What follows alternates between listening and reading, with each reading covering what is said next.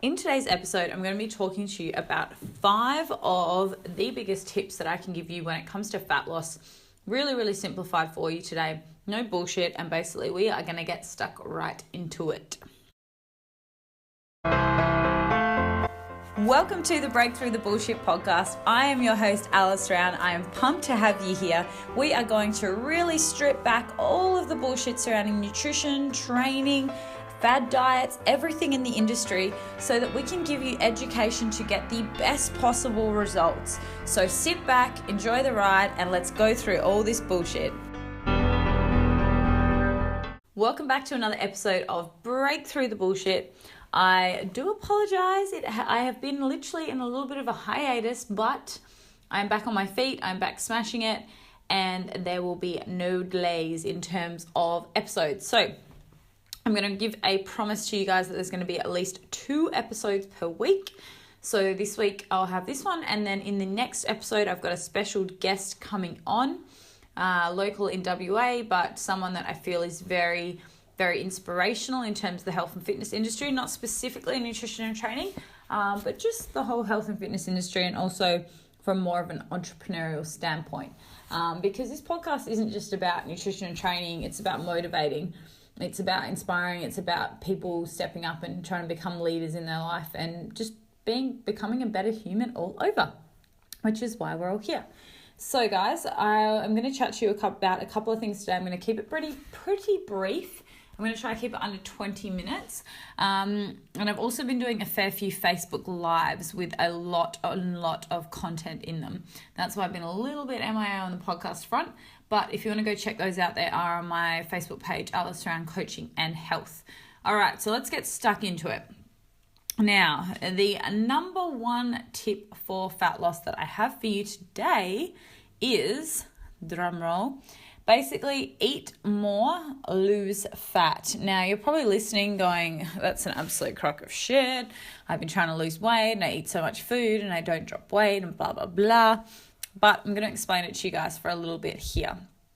Now, obviously this intake depends on the individual, but a lot of the time I find that people are trying to diet, not getting any results, plateauing, frustrated, all of this, and they're on very low calories. So a lot of the time people are on, 1,000, 1,200 calories, trying to drop weight. And a big part of this problem is that they're actually not eating enough food. Now, a big sign that you're not eating enough food is if you're really hungry is one of them. Sorry, if you're really not hungry is one of them. So you'll find that your appetite often drops and you're only eating, 1,000, 1,200 calories. I know if I was eating that, I would be absolutely starving. So that's definitely one big sign, because what tends to happen is some of your hormones that regulate hunger have actually dropped down because your body's going into more of a starvation mode. So it wants you to really sort of hold on to those nutrients for energy. So at the end of the day, something that will drop will often be leptin and ghrelin. And often by having a boost or an intake of food or an influx of calories, so eating more will actually stimulate these hormones and start to stimulate your metabolism. So if you are constantly dieting, you want to drop more fat and it's just not happening, you're plateauing, you're frustrated, then a big tip for you would be to eat more. Now, obviously it can't be as simple as that, but a big tip would probably be utilizing things like refeeds, diet breaks, high carb days, trying some of these methods to see if it does stimulate not only your appetite but also your metabolism. And a good sign that your metabolism started to fire again is appetite. So they kind of go hand in hand. So a really simple one there. As a rule of thumb, I would generally say for refeeds or high carb days, doubling your carbohydrate intake, sometimes tripling it if it's very low, and making sure your calories come up overall. That's probably one mistake that a lot of people do with refeeds or high carb days, is actually keep the calories the same and just increase their carbs and drop their fats. You want to actually increase your calories overall across the board by probably at least 20 or 30% to stimulate any kind of response within the body. All right, number two, again, really simple one, but one that I think a lot of people forget about is drinking more H2O. So drinking more water is a massive one that a lot of people forget about. And a normal intake for someone that's actually active is probably anywhere between 2 to 4 litres, depending on your frame. I would say for guys, probably 4, girls, probably 3. And water has a massive influence on fat loss. for a few reasons. Obviously, it's going to hydrate your cells better. It's going to help with digestive system. It's going to help with gut health. It's going to help with a few other things like focus, energy, reduce dehydration. All of this stuff's fantastic. But the other massive one that I feel like it helps with is reducing cravings and reducing the urge to binge eat. It also helps with reducing hunger. So water intake has a really, really big relationship with fat loss. And I know that a lot of my clients who come to me very, very overweight, whenever we go through water intake, they're usually drinking maybe a cup a day, and usually a lot of coffee. And obviously coffee is going to dehydrate you, so you're going to actually need an even higher intake. So water is a massive one. So I would say anywhere between 2 and 4 liters. Probably more, obviously, the amount of training you're doing. If you're doing more cardiovascular activity or very sweaty resistance training like CrossFit, then you're going to need a higher water intake. All right, next one up is increasing your fiber intake.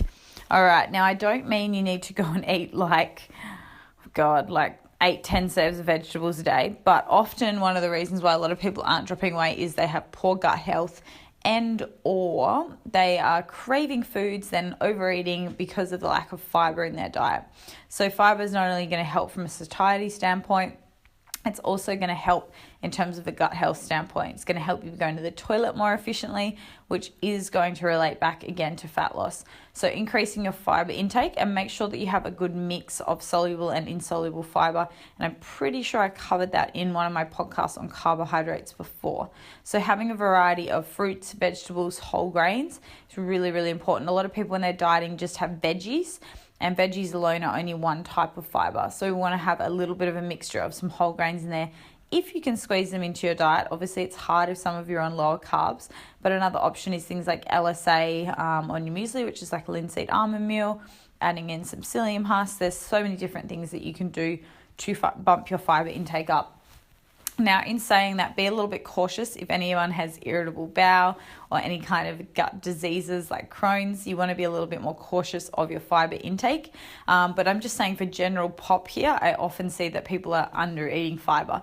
So Australian dietary guidelines for females around 25 grams a day, and for guys anywhere from about 30 to 40. So within that range usually is a pretty good range if you have no digestive issues.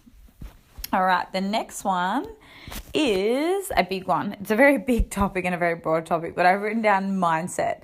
Now, I know this doesn't sound like nutrition or training, but at the end of the day, if your mindset is a mess, then it's going to be hard to drop fat, okay? So what I mean by this is obviously mindset, so to speak, isn't going to directly influence it from a scientific standpoint. But the problem is if your mindset's a mess and you're unmotivated, or you're questioning what you're doing, or you're emotionally eating, or all of these things, it's going to get in the way of fat loss, 110%, okay, guys? So you need to understand if there's things holding you back, it's not always the diet's fault. It's not always the nutrition's fault. It's often that there's some mindset stuff going on that needs to be filtered through. So if you say, for example, like, I'm always hungry, but yet everything in your diet's pretty good, everything's consistent, and you're doing really, really well, then you need to understand that maybe that hunger is kind of replacing something else going on. So it might be boredom, it might be stress, it might be emotional eating from a relationship, whatever it is. Always take a good look at what is actually the cause of that. Often it's diet related, like I said before, lack of fiber, lack of water, but if you've got all those things down, then it might be something else getting in the way. So really have a good look deep down inside at what might be holding you back there. Another one, like I said before, is severely undereating is going to cause you to crave food. But when we're talking about mindset, that's what we're talking about here. So understanding those kind of emotional links with food and how you can kind of break through those is really, really important. I have a mindset coach, Jace, that works with me. He's an NLP therapist. And a lot of my clients, if they're having issues where the diet, the training, all that's really good, but they're still struggling to break through some little attachments with food, then often we get them to do what we call a breakthrough session with Jace, where they run through it and really let go of some of their past relationships with food. Because a lot of people have weird relationships with food. Not so much weird, but it's usually from past experiences. So for example, I've got an Italian client. I have a lot of Italian clients, but one of them always talks to me about how she struggles because in her family, whenever there's like a death or sadness or even happiness, that food is always the thing that the family solves it with. So she always relates whenever she's having a hard time or even a really good time with her wanting to overeat and food be the answer. So because she's grown up with that, she's now kind of got that ingrained in her in that Italian culture of like, you know, food as a gift and be nourished and have a bit of meat on your bones and all those things.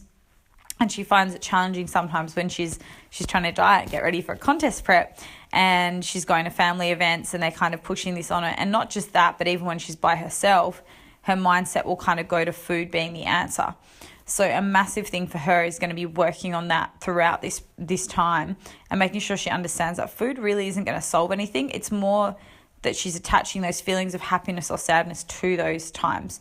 So the best thing to do if you are someone like that in that situation is when you're feeling like that is call someone, phone a friend, phone a family member and talk to them, because it's often other stuff going on in your life that you're kind of just going to food with to kind of shut your brain up a little bit. All right. So the last one for today, and I told you I keep this under 20 minutes. This is a quick little podcast, is intensity.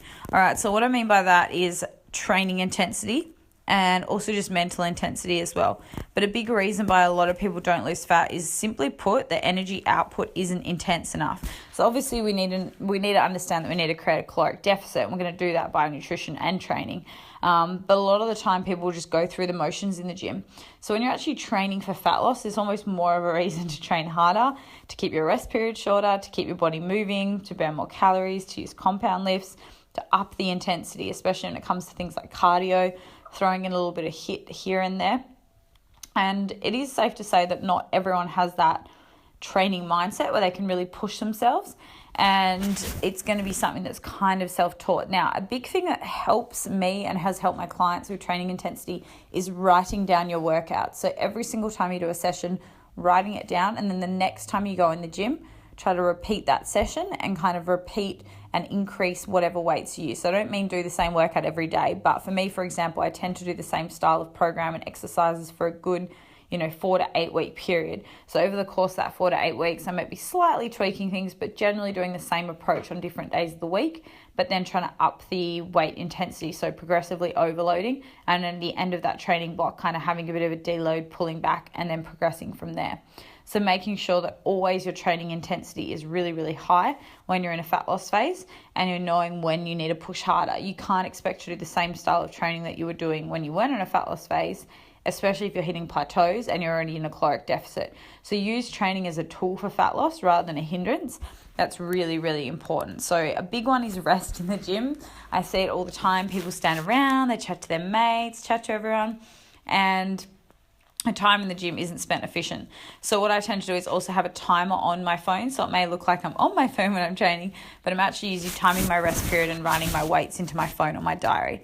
So having a little timer there is just a kind of a good reminder if you start getting distracted, chatting to people, all of that, of when you need to push that little bit more in terms of your sessions. So I know they are some very, very simple tips today. So I will summarize them again. Eat more to lose fat, so utilizing kind of refeeds, high carb days, diet breaks, increasing water intake, increasing fiber intake, looking at the mindset factors that are really holding you back, and then also really pushing with your training intensity. So that is pretty much it for me, guys. If you do want me to cover any topics, I'll be more than happy to. Please fire them through to alice@aliceround.com, so my direct email. And like I said, I have some exciting guests on for you this week. So be sure to subscribe, give this a like, give it a review, whatever it is that you're listening on. And I will chat to you in the next episode. Thank you so much for your patience and tuning back into another episode. See you guys. Thank you for listening to another episode of Breakthrough the Bullshit. If you enjoyed this podcast, I would love it if you could leave a review on iTunes. Let me know, comment what you'd love to see more of, and be sure you've also subscribed on YouTube and iTunes for updates. And if you'd like more info, then you can also add the Team Round Support Facebook page, which is available to access for all of you, and you just simply need to search for it on Facebook.